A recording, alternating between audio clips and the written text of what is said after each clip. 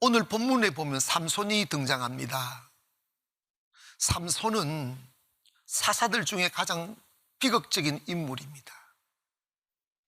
그는 하나님의 은총을 입고 태어나 하나님이 주시는 영적인 큰 신비한 힘을 가지고 살게 되었습니다.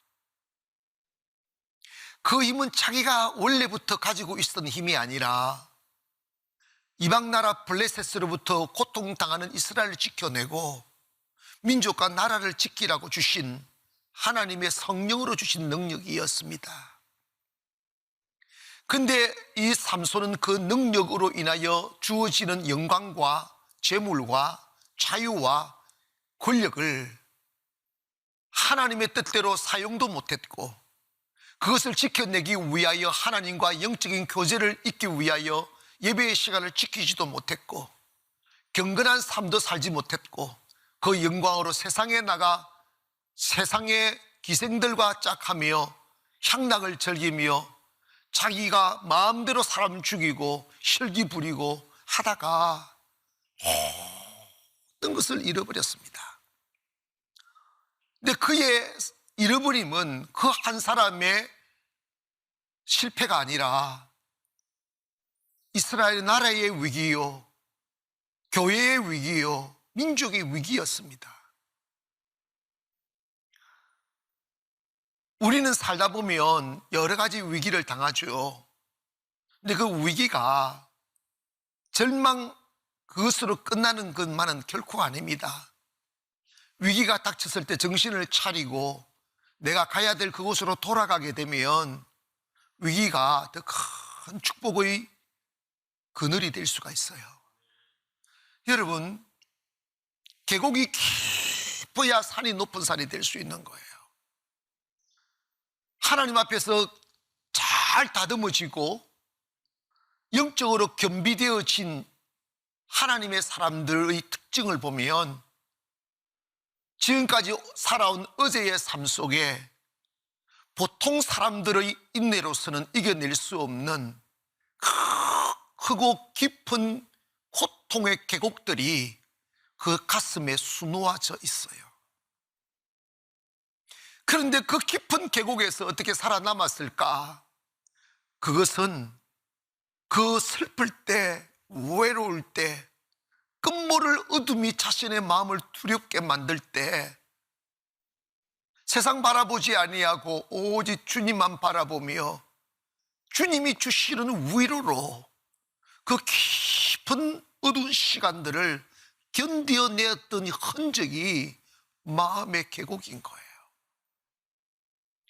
그렇게 단련되고 겸비된 뒤에야 비로소 나라를 살리는 지도자로 세우고 민족을 살리는 지도자로 하나님이 세우시는 거예요. 그러나 삼손은 어릴 적부터 나실인으로 태어나 본시부터 주어진 하나님의 은혜를 머금고 살았지만 그로 인하여 주어진 영광과 능력과 부귀와 권세를 하나님의 일을 하는 데 사용하지 아니하고 쾌락을 사고 세상을 사고 이방인들의 여인들의 품에 안겨서 온갖 재물과 시간들을 다 낭비함으로 인하여 자신도 망하고 나라도 망가지는 그런 비극을 맞이하게 됩니다. 삼손이 하나님을 떠났으므로 그가 처음 경험한 게 뭐예요? 블레셋 사람들에게 붙들려서 두 눈이 뽑힙니다. 삼손은 태양의 아들이라는 이름의 뜻으로 태어났지만 사사시대 전쟁 영웅으로서 소라 땅 단 지파의 마노아라는 사람의 아들로 구별되게 태어났습니다. 그래서 그를 나실인이라고 하죠. 나실인이라는 말은 구별되다, 분리되다, 거룩하다 하는 뜻입니다. 그래서 나실인으로 태어나면 지켜야 될 게 있었어요. 그게 뭐냐면 독주나 포도주를 마시지 못하게 되어져 있어요. 그리고 머리에 삭도를 대지 못하게 하셨습니다. 그리고 부정한 음식과 부정한 시체를 만지지 못하게 했습니다. 이 모든 것은 뭐냐면 네가 구별되게 살아야 하나님의 영이 임할 수가 있다. 이것을 가르치는 거예요. 성도라는 의미가 구별됐다는 거예요. 그리스도인의 능력이 어디서 오는 것입니까? 배움의 지력에서 오는 것이거나 돈에서 오는 힘이 아니라 성도들에게 있어 이 가장 위대한 힘은 하나님이 거하시는 거예요. 하나님이 함께 해주시는 거예요. 구약시대에는 사사들이나 아니면 선지자들에게만 하나님이 함께 하셨지만 신약에 와서는 만인 제사장 시절이 된 거예요. 그래서 고린도 교회를 향하여 너희가 하나님의 성전인 것과 하나님의 성령이 너희 안에 거하시는 것을 알지 못하느냐고 묻습니다. 즉 뭐냐면 이제 신약에 와서는 예수 그리스도의 보혈로 말미암아 우리 죄가 사면받고 이제 하나님의 성령을 모실 수 있는 홀리 템포 하는 거룩한 성전이 된 거예요. 그러므로 신앙생활을 한다는 것은 단순히 공회에 나온다는 의미가 아니라 내 안에 하나님을 모시고 산다는 거예요. 나실인으로 산다는 거예요. 나실인의 능력이 뭡니까? 하나님이 함께 해주시는 것입니다. 하나님의 능력이 어떻게 임했습니까? 하나님의 영에 감동되어 그래 삼손은 하나님의 영에 감동된 자로 태어난 거예요. 아멘. 하나님의 영이 삼손을 감동하고 있는 동안에는 사람들이 상상할 수 없는 힘이 생겼어요. 맨주먹으로 30명을 때려 죽였고 낙타 턱뼈 하나로 1000명을 죽이며 모든 포성줄을 다 끌어내는 신비한 능력이 그에게 있었습니다. 그런데 삼손은 그것이 본시 자기의 것인 양 착각을 한 거예요. 하나님의 영을 모시고 있는 동안에 하나님이 주시는 함께함의 능력인데 예전부터 있었으니 내 것인 줄 생각하고 그것으로 폭행하고 그것으로 감정으로 사람 죽이고 그것으로 인하여 주어진 명예와 권력과 재물로 세상의 쾌락을 사는데 다 사용해버렸어요. 성경에 보면 삼손이 시간을 정해놓고 하나님을 경외하고 하나님께 예배하기 무릎을 꿇었다는 기록이 없어요. 시간만 있으면 귀정집에 가서 술 마시고 쾌락 즐기고 세상을 향한 것입니다. 결과가 뭐였습니까? 두 눈 뽑힌 거예요. 왜 뽑혔을까요? 여러분 이거 기억하십시오. 삼손이 힘의 근원이 어디에 있었습니까? 머리카락에 있었잖아. 머리가 길면 힘이 생긴단가 봐요. 그래가지고 요즘 있잖아요, 산에 가보면 도살하는 사람들 보면 꼭 머리를 안 자르더라고요. 힘이 없어요. 뭐 머리가 길면 여자가 남자보다 힘세야지. 근데 여러분 이거 머리를 삭도를 대지 않는다는 그 당시에 그게 뭐냐면 구별된다는 것을 의미하는 거예요. 내가 하나님을 모시고 사겠다는 하나의 상징으로 머리를 끼고 머리를 길렀다고 머리를 길러 힘이 있는 게 아니라 그 믿음의 정신을 지켜나가는 거예요. 머리에 삭도를 댄다, 머리를 자른다, 이 말은 하나님의 영적인 관계를 단절한다는 의미예요. 그 당시로는 블레셋 사람들이 삼손이 눈에 가시 갖고 두렵고 삼손한테만 걸려들면 다 죽고 하니까 삼손을 제거하려고 뒷조사를 해보니까 삼손이 하나님의 선지자가 기생한테 빠진 거야. 이기생 저기생 빠지다가 드릴라한테 드릴라 뭐 드릴이 뭔지 모르지만 이게 요망한 여자인 것 같아요. 보니까 사람이 있잖아요, 이렇게 왜 드릴을 빠졌을까? 주님을 바라보지 않으니까. 사람 살다가요 자빠질 수 있어요. 사람 살다가 수렁에 빠질 수 있어요. 그러나 주님을 또 보면 됩니다. 그런데 삼손이 주님을 안 본 거예요. 예배하지 않은 거예요. 사람이 영성을 지켜내려면 필연적으로 해야 될 게 규칙적으로 신앙생활을 해야 됩니다. 규칙적으로 예배 드려야 되고 규칙적으로 말씀 들어야 되고 규칙적으로 기도해야 됩니다. 그래야 영적 건강을 유지해 갈 수가 있어요. 그러나 삼손은 쾌락에 빠져버린 거예요. 드릴라를 통해서 힘의 원천을 알아내라 하니까 이런저런 이야기하니까 거짓말을 말해줍니다. 그러니까 또 거짓말하고 거짓말했어요. 그런데 이제 드릴라가 네가 날 사랑 안 하니 그게 넘어가지고 내 머리에 힘이 있다고 그래가지고 드릴라의 무릎에 앉아서 술 치미게 놓고 말이야 이렇게 놓고 삭두를 잘라버린 거예요. 그리고 블레셋 사람들한테 알려준 거예요. 머리를 잘랐으니 힘이 없을 거라고. 벌떼처럼 몰려들어서 삼손을 묶었습니다. 끌고 나갑니다. 조롱합니다. 두 눈을 빼버립니다. 침을 뱉습니다. 짓밟힙니다.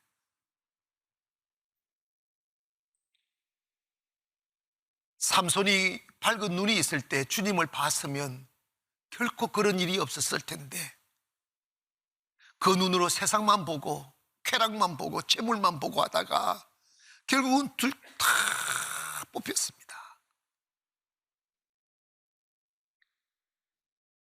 그 눈이 다 뽑히니까 비로소 다시 그 고통 속에서 그 비극 속에서 그 눈물 속에서 주님이 보이는 거예요.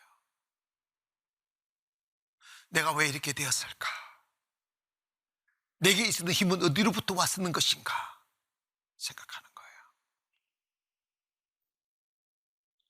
사랑하는 여러분, 그리스도인들에게 있어서 가장 중요한 게 눈이 밝아야 돼요.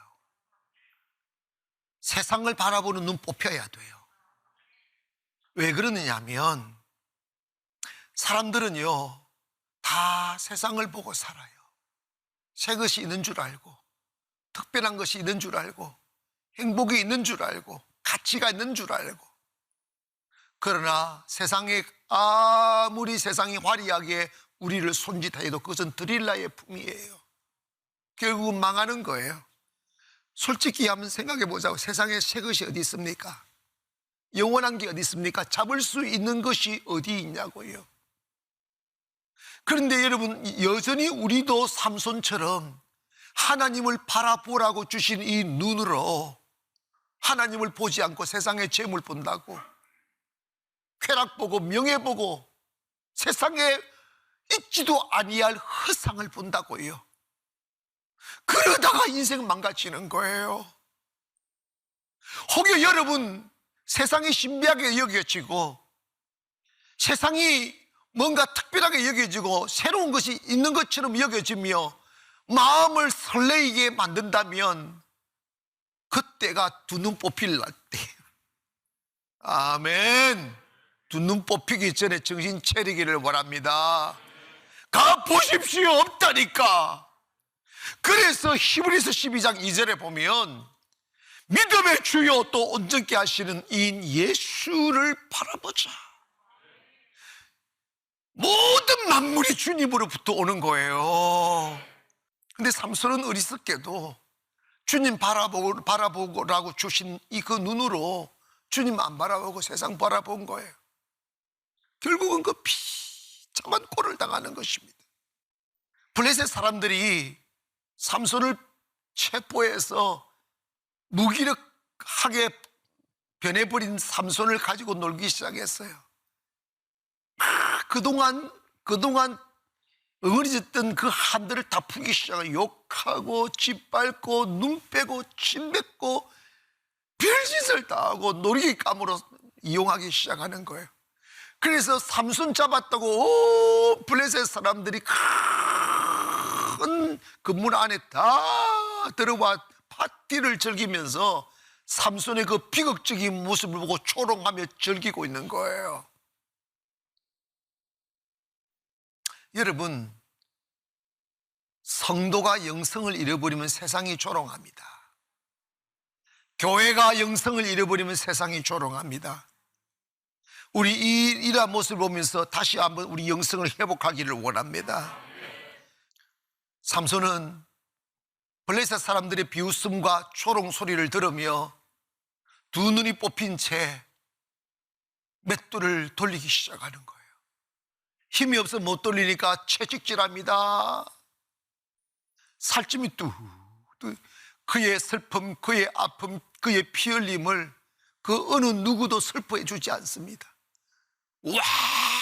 완전히 불이우진 쓰레기 같은 인간이 된 거예요. 그의 비극은 그 어느 누구도 대신하거나 당해보지 못한 비극입니다.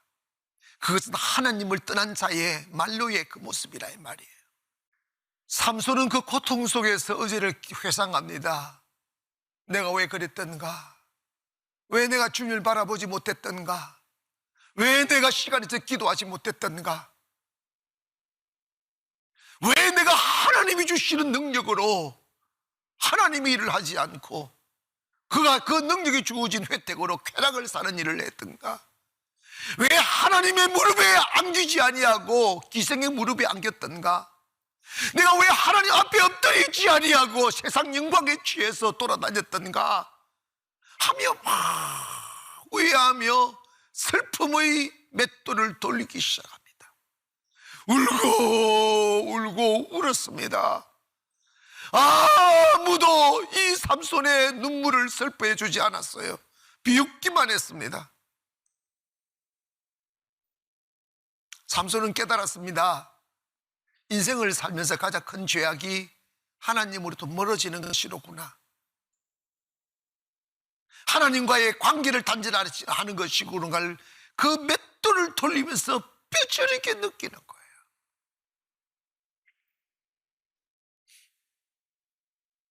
여러분, 혹시 여러분은 예배가 영적인 하나님의 만남과의 교제가 아니라 의식이 된다고 생각 안 하십니까? 혹시 여러분은 기도가 행복하지 아니하고 배고플 때 기도하고 힘들 때만 기도하는 또 다른 육체의 소욕을 채우는 수단은 되어진 않았는지, 찬송할 때 내 영혼이 만족하고 기쁘고 즐겁지 아니하고 그냥 노래로 부르고 있지는 않는지 한번 여러분 우리 자칫 체크해야 됩니다. 교회가 그리워지지 아니하고 아이고 벌써 주일이야? 이러면 안 돼요. 아멘. 우리는 매일 예배 드리니까 매일 주일이지. 그런데 여러분 예배가 살아있어야 돼요. 예배가 행복해야 된다고요. 목마른 사슴이 물을 찾아 헤매듯이 목마른 영혼들이 주님이 주시는 생수를 마시기 위하여 몰려드는,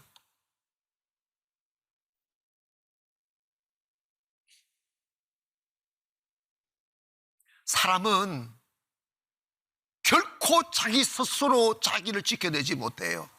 아무리 건강한 모습 사람이라도 가두어 놓고 굶겨버리면 죽어요. 한때 성령 충만했던 사람도, 하나님의 능력으로 사로잡힌 사람도 예배드리지 아니하고 말씀 듣지 아니하고 하는 교제 끊어버리면 금방 죽게 되어져 있어요. 삼손 보시면 알잖아요.